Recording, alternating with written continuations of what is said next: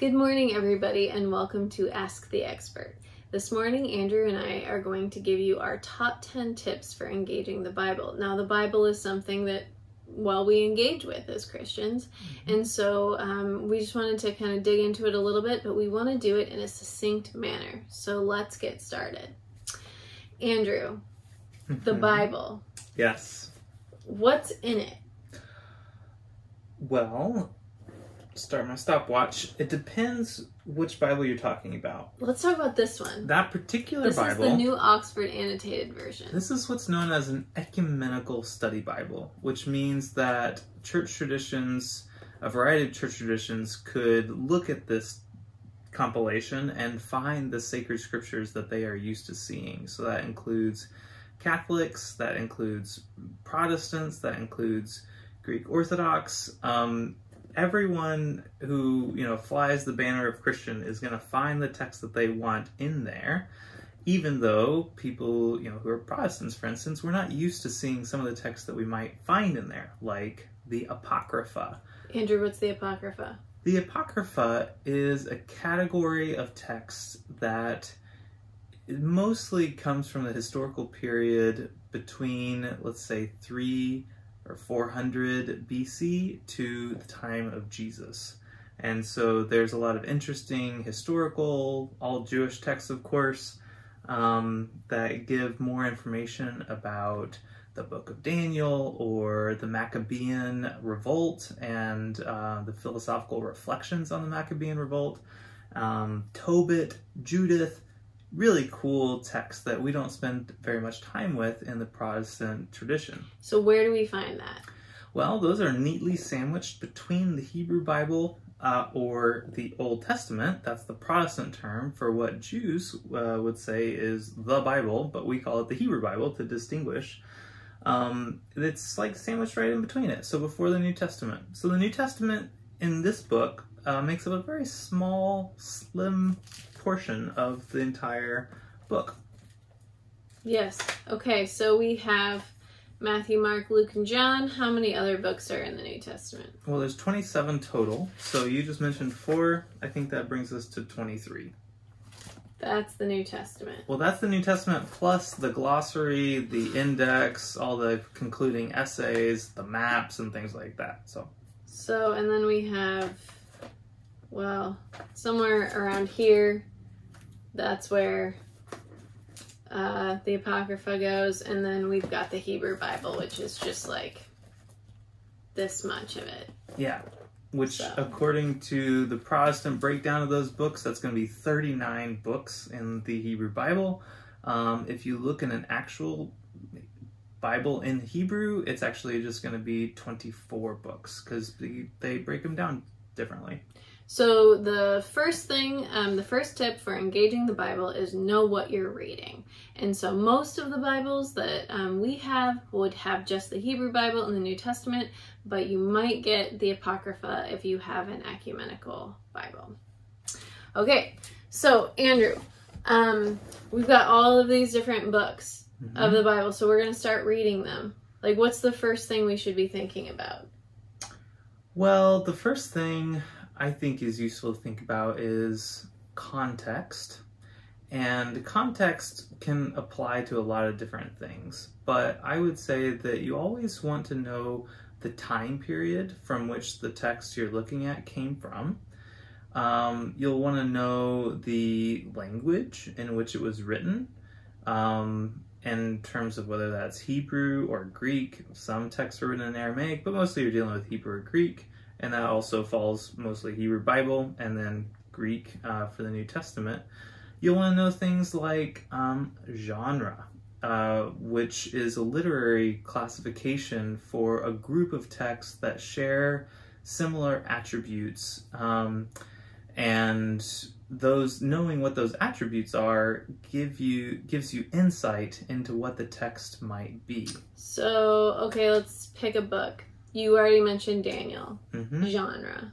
Yeah, so the genre of Daniel is actually kind of a collection. It's kind of a mishmash of apocalyptic literature, which Dave talked about last week. So you have some dreams and visions, but it's also historical narrative, or you might even say novella. So it's a historical tale, but woven in, it's a mixed genre. You also have kind of these interesting, peculiar apocalyptic visions and dreams as well.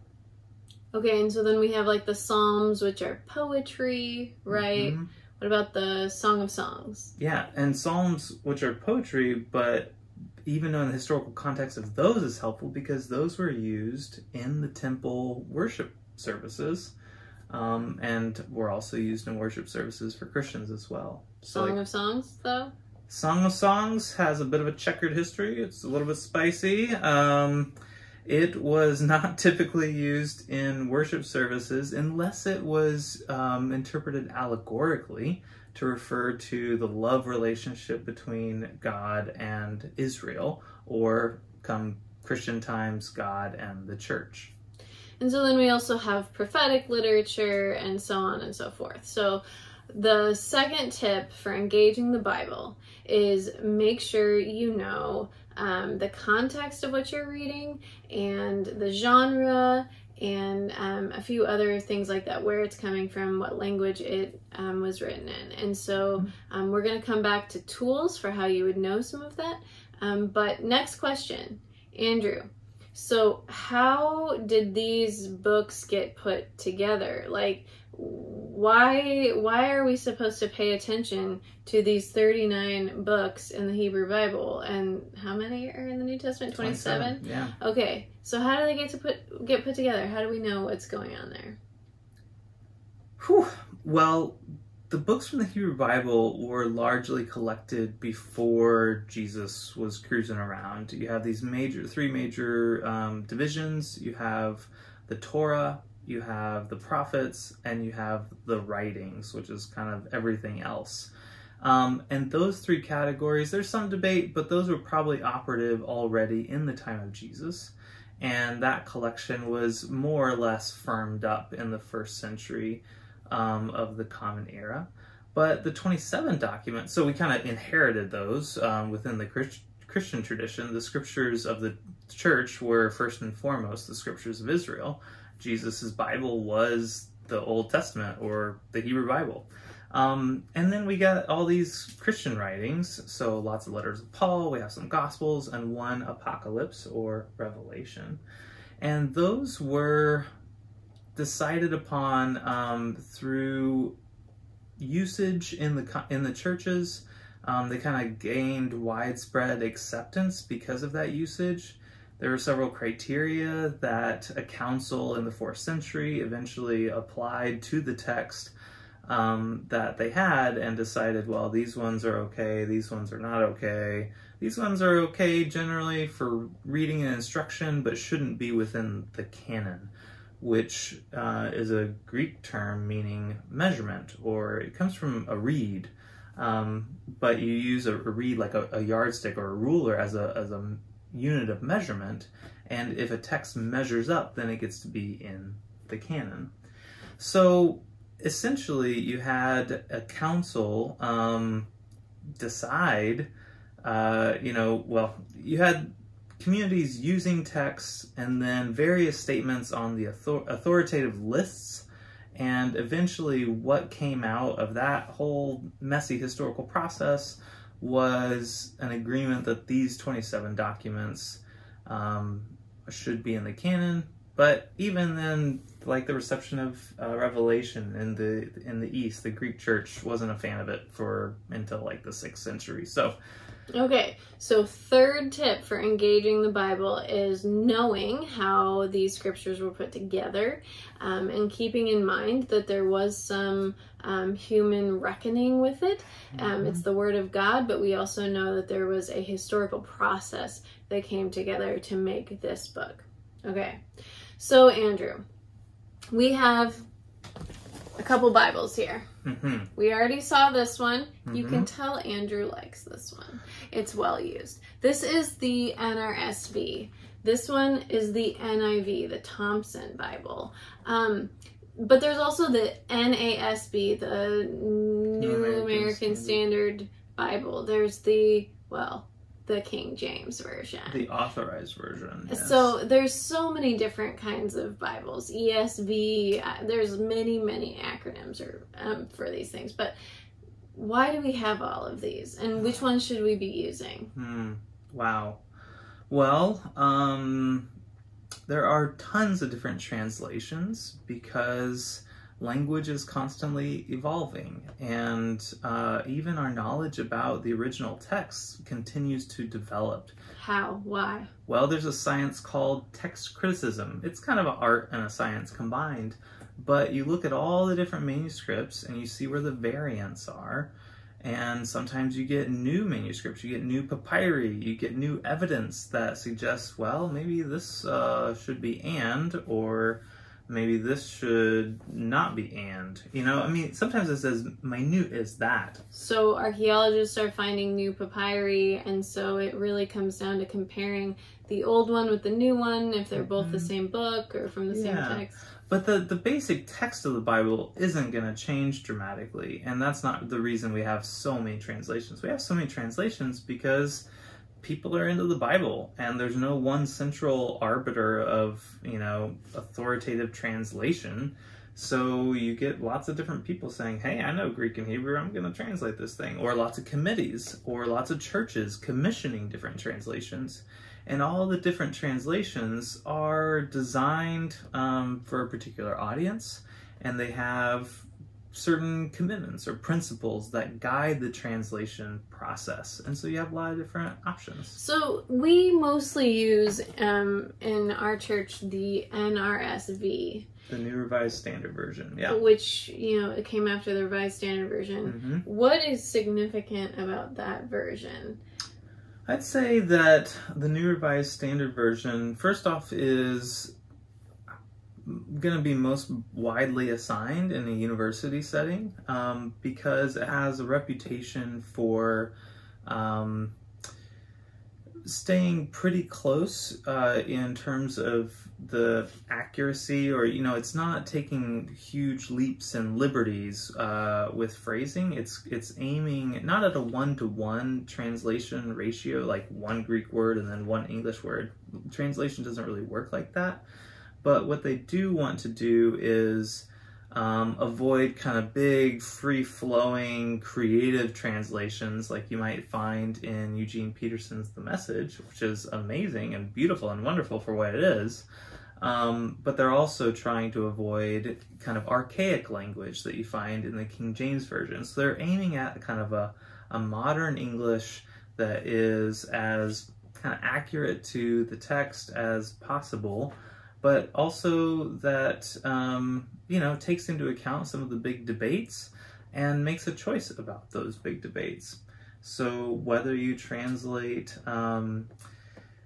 there's a big question about a translation from Isaiah, which impacts the New Testament. Do you translate young woman or do you translate virgin? And so that kind of translation choice is going to be reflected in the translation you choose. Okay, thank you. Well, so while we're on this particular Bible, which Andrew loves, this is a study Bible. So can you talk to us about the way that a study Bible would be helpful when engaging the Bible? Yes, so study Bibles are hugely helpful. First off, because they give you a little introduction at the beginning, and they're going to lay out all the key elements of a text that you might want to know. They're going to talk about date and audience. They're going to talk about the authorship, even if you can't tell exactly who the author is. Maybe they can tell you something about the author, and inductively from reading the text. They're going to tell you about genre, like we talked about, major themes. They're going to mention some, broad movements of interpretation, perhaps. And so they're going to just kind of to the book itself. To the book itself. It's going to set you up. And then the cool thing about a study Bible is that you're going to have all these annotations and notes down below to kind of guide you. So you're going to be like, oh, wait, what does this text mean? I couldn't possibly figure it out. Oh, wait, hey, look, there's a little note. So it's just a help because the Bible is a big, complicated document that isn't always easy to read.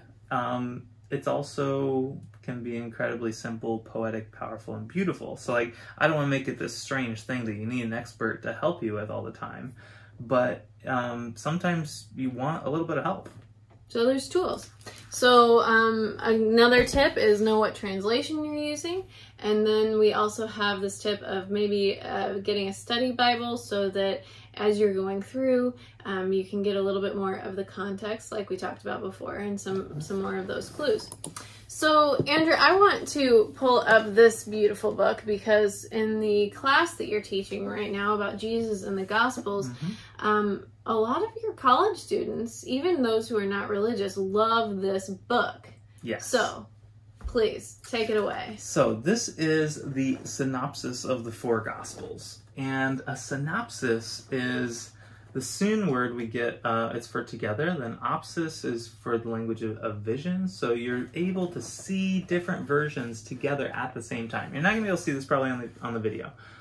This is Greek, and this is English, but you have the 4 columns of the Gospels, Matthew, Mark, Luke, and John, all nicely laid out side by side, and they're divided into different, they're called pericope, and you can see when a particular story is exclusive to a particular Gospel. So this one, the widow's son at Nain, this only occurs in the Gospel of Luke, so we call that unique material. Or you have here the healing of Peter's mother-in-law. This occurs in Matthew, Mark, and Luke, but not John, as so often occurs. This is what we might call triple tradition material. When you have it only in Matthew and Luke, then you have what's called double tradition material.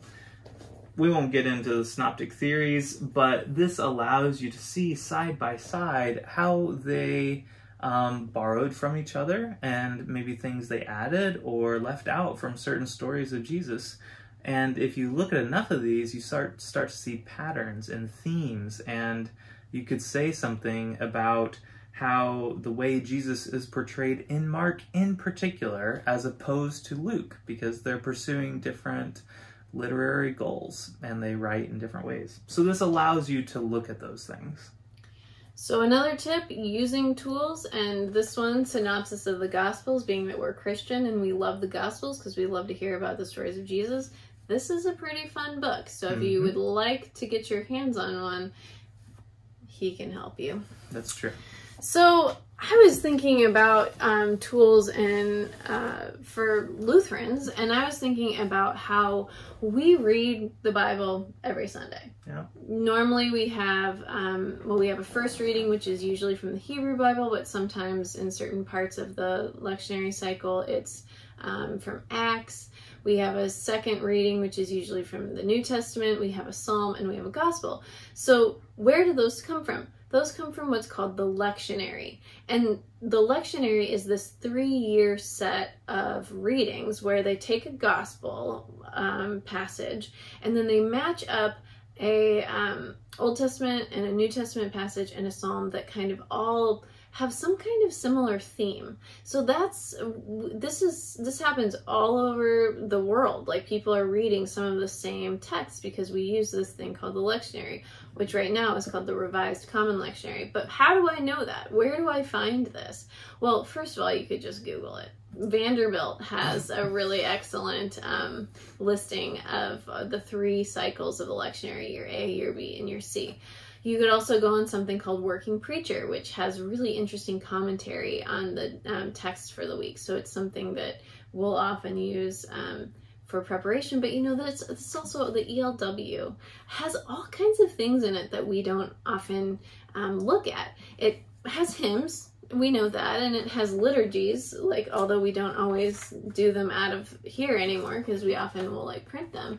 But at the beginning, you have all kinds of prayers, prayers of the day and things, but it also has, and I'm not sure if you can see this, but it has the different 3 years readings for each Sunday. So like right here we have August 28th through September 3rd. So whichever Sunday it occurs in that time, you know, because the week, it changes every each year, which day it occurs on, you can find which lessons you're supposed to read. So I just wanted to show you this because it's fun to know what resources we have just in our tradition to help point you to another way to engage the Bible, which is through the lectionary, through the lessons for the week. So tip 7, use the lectionary, and you can find different ways to engage that. But I also wanted to talk some about modes of reading. We've been talking about engaging, and we've been talking about the different kinds of tools and things that we can use. But then there's these like different ways to read the Bible. So in seminary, we talked a lot about some of the things you were talking about: context, genre, history, literary analysis. Can you talk about some of those things and like the part they play in biblical engagement? Absolutely. So there are lots of different modes of analyzing a biblical text. You might be reading for a historical inquiry in particular, so you want to weigh the evidence about the historical veracity of this thing or that, and you might be peeking over in the archaeological record as well, or peeking over to near contemporary authors of the biblical authors, who have something to say maybe about a particular event, like Pontius Pilate. What do we know from Roman sources about Pontius Pilate? So you might read in that mode. You might be reading Mark as a work of literature. How does Mark compare with other stories that center on a protagonist, a heroic protagonist who dies in tragedy, so. And who are the cast of characters? Exactly. And how do they play into the story? Right, so you might read from a very literary kind of perspective. There's also certain ideological critiques. So you could read the text from a feminist perspective, or from an African perspective. You could read the text from LGBTQ kind of interested theory and questioning, or a Marxist reading. There's lots of different, they call them perspectival readings, even though all readings are somewhat perspectival. And when you read with those questions in mind, you arrive at different kinds of answers. So those are some of those kind of reading strategies. Sure. Well, but so often for us, just general church members, we read the Bible as something just so close to our hearts. And so I want to talk to you about devotional readings of the Bible. And there's this kind of old way of reading the Bible called Lectio Divina. Do you want to tell us a little bit about that? Yeah, so Lectio Divina means sacred reading, or divine reading even. And the method of Lectio Divina focuses much less on kind of what you know about the text going in, and more about what God brings to your heart and mind as you read a text in this moment. So oftentimes you'll read the text through 3 times, a portion of text, and simply wait for what sparks your creative interest, and count on the Spirit to kind of help you in that process. So maybe it's a particular phrase that really draws your heart in, and then you kind of meditate on that particular phrase, and maybe you take that into a place of prayer and ask God if there's something that God wants to show you through that text, or open your eyes to, or something like that. So that's Lectio Divina, and it's a really beautiful method of reading that monks and people in monasteries have been engaging in for a very long time. Thank you. So I also wanted to ask you, as a Bible scholar, you have all of this knowledge, all of these ways of engaging the text. You can even translate it. I mean, you've got lots of tools. But from my personal experience with you, you also have a very devotional way of approaching the text. And particularly, you have this relationship with the book of Psalms. And I thought you could just tell us a little bit about why that's important to you. Yeah. I love reading the Psalms. I love reading them in community, but I also love reading them on my own. And I don't have to have the same emotional feeling or palette or profile in a given moment as what I'm reading in the text. Because, I mean, these Psalms are so full of emotion, outrage, despair, hope, joy, adoration. You know, like, you just have the full gamut of human relationship to God comprised in the Psalms. And whenever I read a psalm that is singing God's praise for God's work amongst creation, you know, that evokes in me a certain kind of awe. When I see psalms crying out to God, you know, for deliverance or protest against injustice, you know, that allows me to either kind of feel those same feelings and call to mind the different people in my life or the different injustices in our world that need addressing, that need God's attention. And they kind of allow me to enter into that space vicariously through the text of the Psalms.